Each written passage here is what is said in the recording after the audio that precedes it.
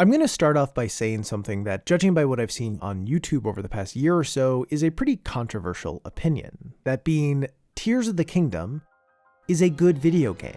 Great, even. Nintendo took the open-air concept they built Breath of the Wild around and expanded on it beautifully, offering a slew of new mechanics that all prioritize player freedom. I can't think of many titles where the moment-to-moment gameplay feels as fun for as long as it does here. There are just countless ways to engage with the world as well as the challenges it presents. With enough effort and iteration, any stupid idea you come up with can become the solution to whatever's in your way. I put in just over 100 hours, and aside from a small chunk of time where I was just standing on a dragon's back to farm materials, I can't think of many dull moments. Simply put, I loved playing it, as it offered hours and hours of compelling gameplay and jaw-dropping spectacle. So to now see video after video focusing on all of its shortcomings, showing disappointment at how it turned out, belittling something that provided me with one of the most enjoyable gaming experiences I can think of, well, it makes sense because I think a lot of them are right.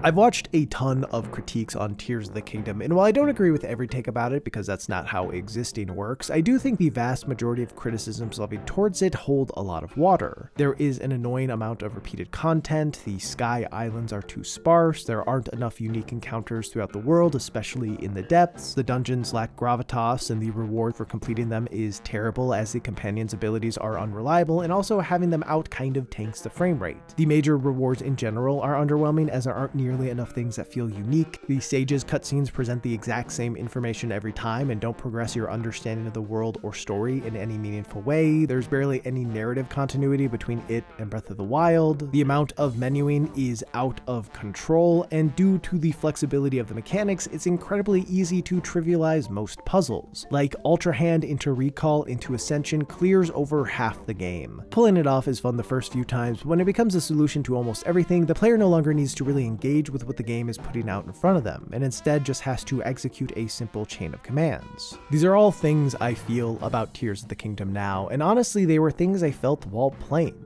as I was having some of the most fun I've ever had with a game. It was a weird cognitive dissonance. I frequently find myself wishing it was better than it was and thinking about some of the ways it could have been, all while being regularly impressed by what it did have to offer. And this seems like a pretty common experience. Most praise of Tears of the Kingdom has always come with a caveat: an incredible game that annoyed me to no end, a disappointing masterpiece, a frustrating 10 out of 10. It's near impossible to talk about Tears of the Kingdom without talking about the ways in which it fell short. Now, it'd be easy to say that Nintendo should have simply fixed all the game's issues to make the perfect title. But the thing is, I think a large portion of its problems are a consequence of the thing that makes it so special: its immense scale. By scale, I don't just mean world size, even though that certainly is part of it, as Tears of the Kingdom more than doubles Breath of the Wild's total area. But I also mean scale in terms of abilities, activities, items, and the near countless ways all of these things can interact with each other.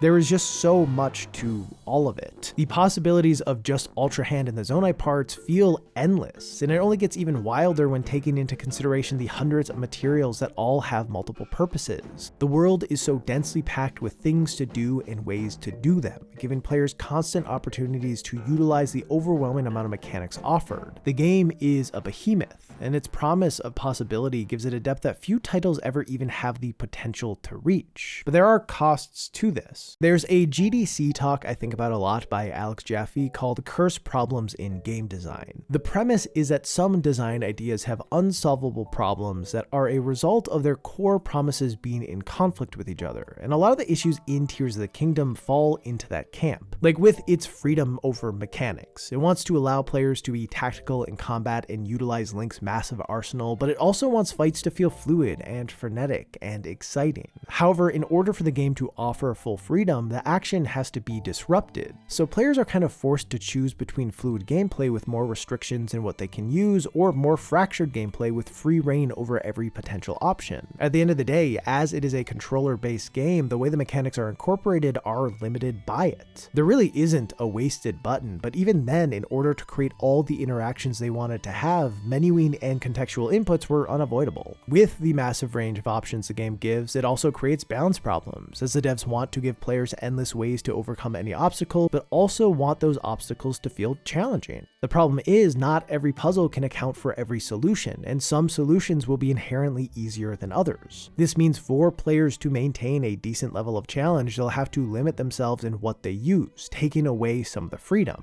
Doing this also requires some amount of self-control from the player, and that's kind of asking a lot, as sometimes it is hard to ignore the call of the simplest path, even when it isn't the most fun. Another example is that for Nintendo to fill the world with things to do around every corner, certain activities had to be reused, given slight twists of course, but still always similar to whatever came before. It could be argued that it didn't have to be this way, and that they could have taken more time in order to have every encounter feel entirely unique, but to achieve the scale and density they were going for, that would have required far more development time, which I don't think anyone wanted, as it would have kept us in anticipation for longer, ballooned the budget even further, and probably inched Nintendo even closer to charging $100 for it instead of the already increased $70. Regardless, the promise of Tears of the Kingdom's design is that players will always have something to do on a moment-to-moment basis. However, this approach, while great for people who aren't focused on exploring everything but just want stuff to engage with regularly, can become wildly repetitive for those who want to see and do everything there is to do.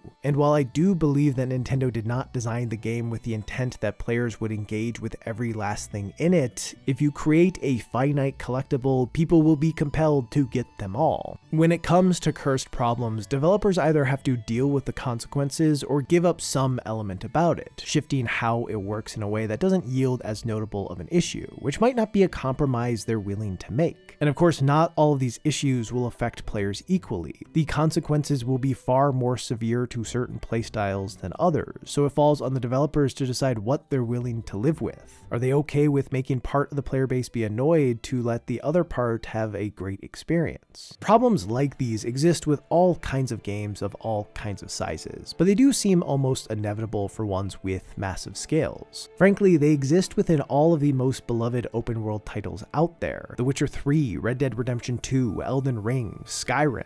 All of them are considered to be some of the best games ever made, in large part due to their incredible worlds and the breadth of player options they offer. But like Tears of the Kingdom, their scales have a cost. Whether it be struggling to properly balance mid to late game encounters due to not being able to predict how powerful any given player character may be at any given point, or sacrificing player freedom in order to tell specific stories, or relying too heavily on the minimap to make it possible for players to navigate the world without it, or being Skyrim. At a point, once a certain scale is reached, there are just too many factors to account for, and that will lead to concessions in one form or another. To be clear, a game just being massive in scale does not make it good. In fact, I think a pretty common problem with many modern AAA titles is that they are too big. They try to do too many things to create the ultimate forever experience in the hopes of having the same impact that any of the massive games I just mentioned did, both in terms of sales and influence, but they tend to end up being too derivative or too stretched thin to have that impact. They lack the twists and polish that the best ones have, making the downsides of scale all the more noticeable. Now, even though big game does not equal good game, they do make up a large percentage of titles considered the best ever. Almost every top 100 list I've ever seen has The Witcher 3, Red Dead Redemption 2, Elden Ring, Skyrim, and Breath of the Wild in the top 25. The drive to make large-scale games, while certainly influenced by the market, does go beyond that. There are just some things that only big games can accomplish. There has long been an obsession with making games that feel closer and closer to real life. This comes in a few different forms, with something like realistic graphics being the easiest to spot at a glance, but I think the thing people looking for realism really want more than anything else are games that emulate the near infinite possibilities of real life, where the world and characters react and adapt meaningfully based on your actions. That doesn't necessarily mean photorealistic characters or one-to-one recreations of the world, but rather experiencing experiences where actions ripple out in a similar feeling way to how they do in reality, or at least seem to. Ones with a sort of realistic internal consistency with an overwhelming sense of scale. Titles like the ones that always appear near the top of the greatest of all time lists, as well as Tears of the Kingdom, touch the edges of that feeling. Their ambition comes at a cost, but they do offer an all-encompassing experience that very few games are able to.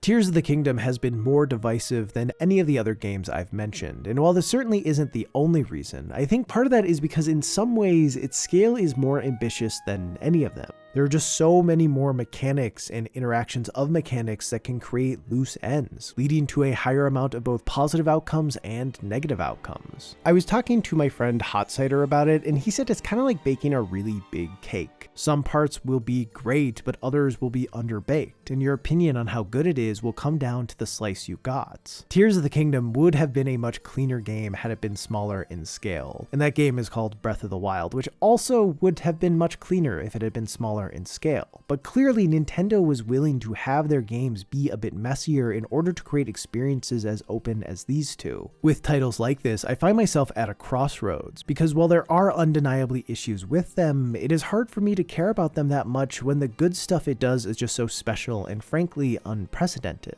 When the slice I got was delicious. It doesn't erase or excuse the bad parts, but it makes them feel kind of worth it. I'm happy to take the trade-off to get the best pieces of the game, and even more so, hope that the aspects introduced with it are refined and iterated upon to eventually create something even better. I know some people will respond to all this by just saying I should admit Tears of the Kingdom is mid, and that it's okay to like mid games. And I do agree with that second part. I had a lot of fun with Halo Infinite's single-player campaign, despite it not knowing what kind of game it wanted to be.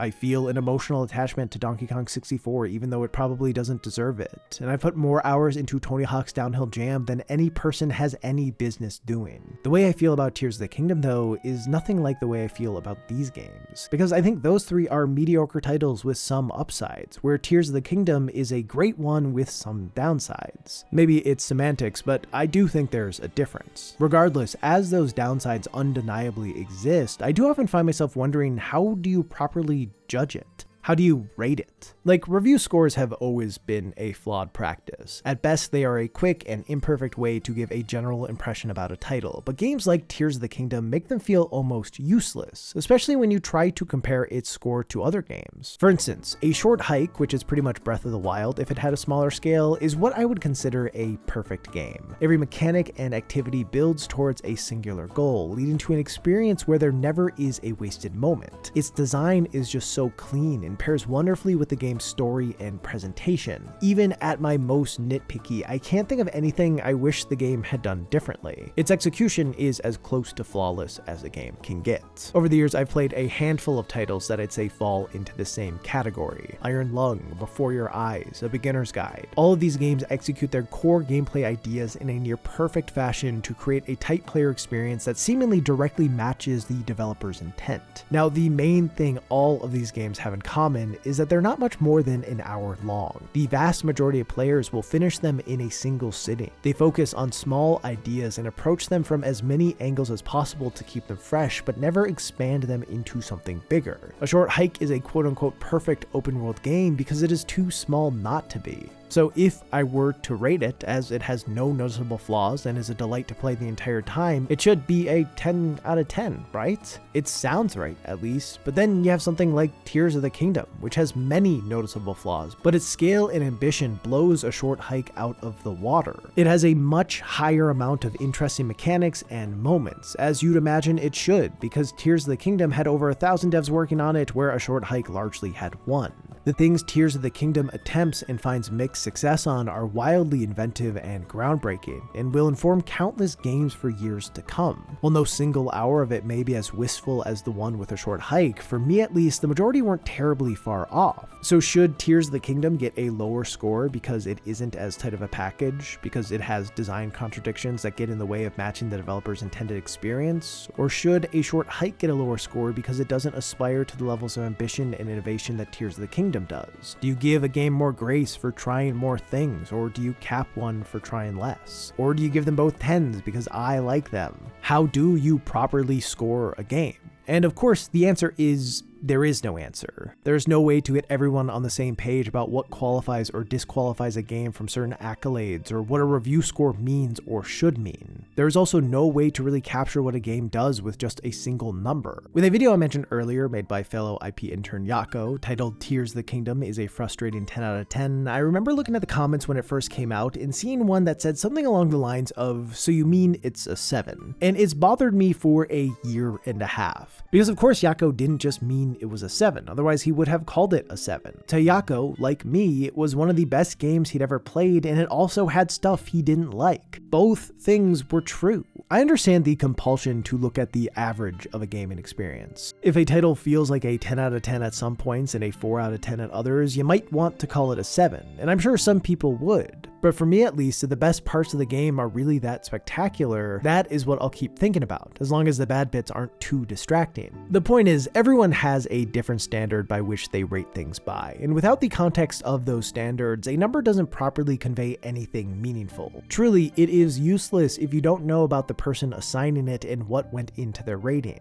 This is why I find Metacritic scores, both critic reviews and user reviews, to be wildly unhelpful. You get out of context aggregates of out of context review numbers, and while I do enjoy seeing developers celebrate when their work gets high marks, it doesn't really tell an accurate story of how a game is being received. A platform that I think does a much better job, although it is still flawed and purely based on user reviews, is Backlogged. It's pretty much letterboxed for games, allowing folks to track and review whatever they're playing. When you go to a game, it does still spit out an out of context aggregate score, but alongside that, it shows a chart of score distributions. And I think this information is super valuable when it comes to understanding a title. For example, Bayonetta is rated at about a 4 out of 5, at least as of recording this. And when you look at the scores, the most common by far is a 4, which checks out. That is what you'd kind of expect from a 4 out of 5 game. If you look at Rain World, on the other hand, it also has around a 4 out of 5. But the most common score by a good margin is a 5. It's just that far more people also rated it way lower. What this tells me is that Bayonetta is all around a solid game that most people would at the very least enjoy, but Rain World is a game that for some people will become one of their favorites ever made. It's just that for some others, it will be an immensely frustrating and annoying experience. While most beloved titles aren't quite as polarizing as Rain World, I do think many that become people's absolute favorites are ones that are very particular in who they are designed to appeal to. They are specific and unafraid to make choices that won't be for everyone. This is how Demon's Souls led to a modern dynasty. There certainly were plenty of players who despised the opaqueness and difficulty, but for those it clicked for, it felt revolutionary. These kinds of ultra-specific games that may not have widespread appeal but do have the potential for dedicated appeal are kind of what the indie scene is based around. Even though there is no single philosophy behind developing indie games, many seem to be created with the intent of making something that has been overlooked by the mainstream scene. Games whose potential profits wouldn't be able to support a massive team of developers can certainly still support a small team. And as game development has a lower barrier to entry than ever before, there are more games than ever before, and many of them appeal to very specific tastes. I think this is one of the reasons more and more players are feeling disconnected from AAA games. It's at a point where the budgets and more consequently the earnings demands from publishers and investors practically require every big game to be a hit, and this has led to many titles trying to appeal to the most amount of players possible, often making them too general and risk-averse to feel truly special. Now, as I've already pointed out, some big budget games, even ones that are aiming to appeal to the most amount of people possible, can be great and do well, so it's not as if AAA games for broad audiences can never work. Also, there are studios that have found success by taking risks, like Kojima Productions with Death Stranding and Remedy with Alan Wake 2, although with the latter, despite all of its good reviews and general fanfare, it still took over a year for it to become profitable. So while I think Remedy will keep taking calculated risks as is core to their ethos, it is hard to imagine tons of other AAA studios following in their footsteps. All that aside, the point is, now that we live in a world where there is easy access to experiences practically tailored for our personal tastes, it can make games that feel more general seem bland by comparison.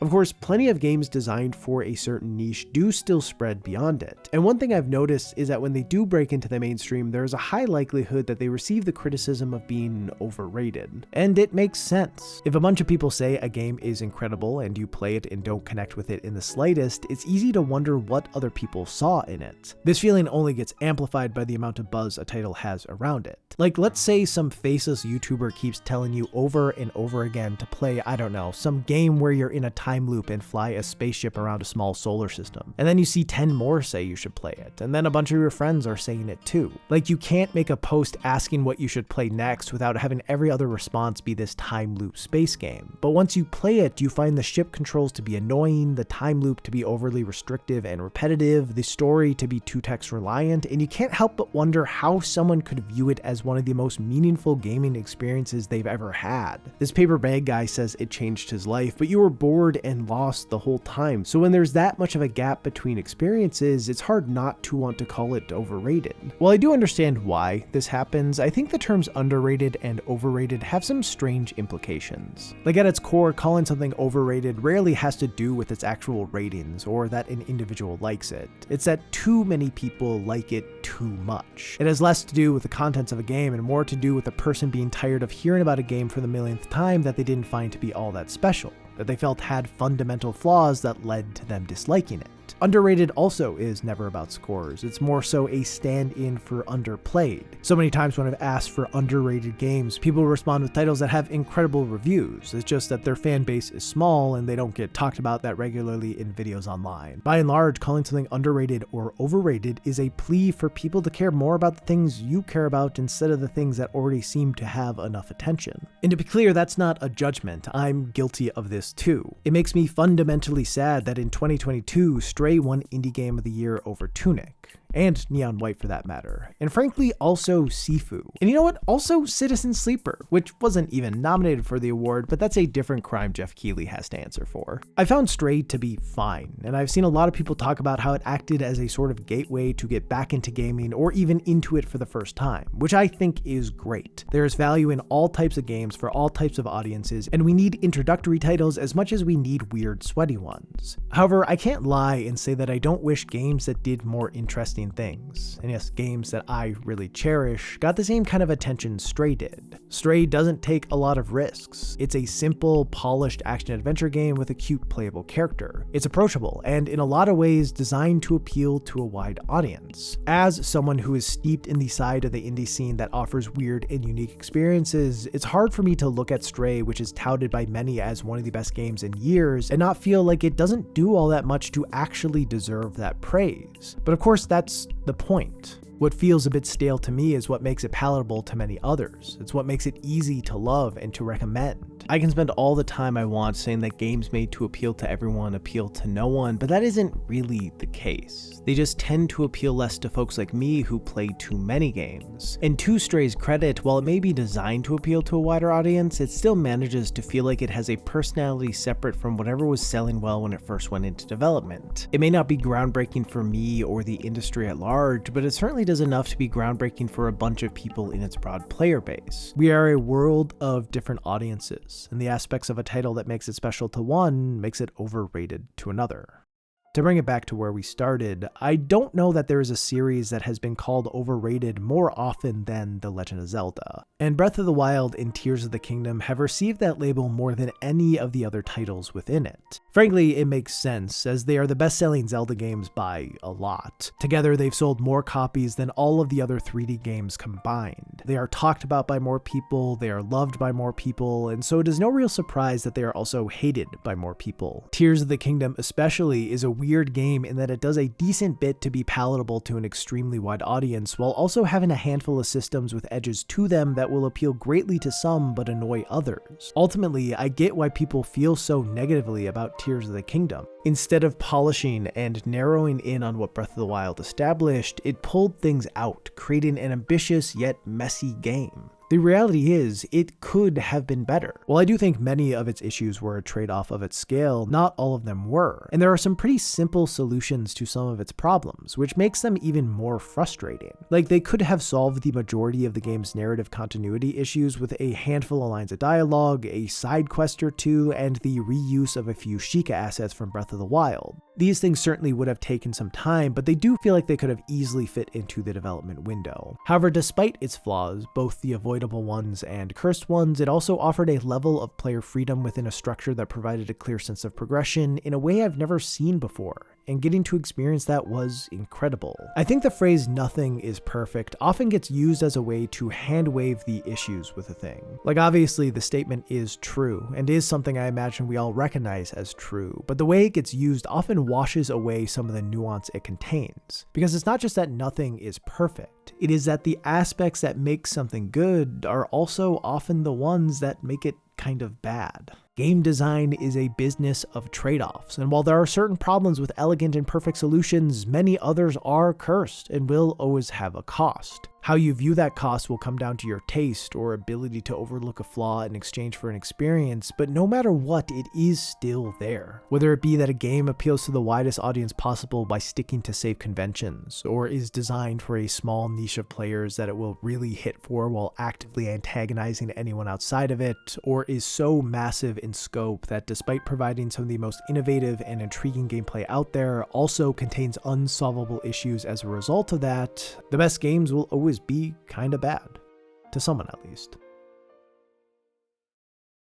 Even though it is easier than ever to find things that appeal to our unique tastes, whether it be games, films, or online videos, it still is pretty common for creatives to stick with safe ideas. These can still feel personalized to your interests and be great, but creatives are often limited by the platform their work is consumed on. This is something I see all the time with videos and personally experience. It is hard to justify making things that are weird or experimental or different from what any specific creator views as safe for their channel. But like, what if you want to see Jacob Geller make a lasagna recipe from Wanted Dead with his fiance, or watch me take a script I wrote 12 years ago, turn it into an actual video, and then provide commentary throughout it? These sorts of things are fun to make and watch, but normally don't get made because it's a bit too different. However, these two videos do exist, along with many others, because of Nebula. Nebula is a streaming service that I've been a part of for a few years now. What drew me into it in the first place is how they empower creators to make more cool things, and the current catalog over there is a testament to that. And honestly, I think it is safe to say now that Nebula is for gamers. Aside from me and Jacob, there's also Game Maker's Toolkit, Liam Triforce, King K, Curious Archive, Cursed Judge, Eurothug 4000. It's just a great lineup of thoughtful creators that you probably already watch, and you can get the best versions of their videos and more over there. If you go to nebula.tv/Rasputin, you can get 40% off for the year, which comes out to just $3 a month. There is so much incredible work there to enjoy, so go start with Jacob making a lasagna or me talking about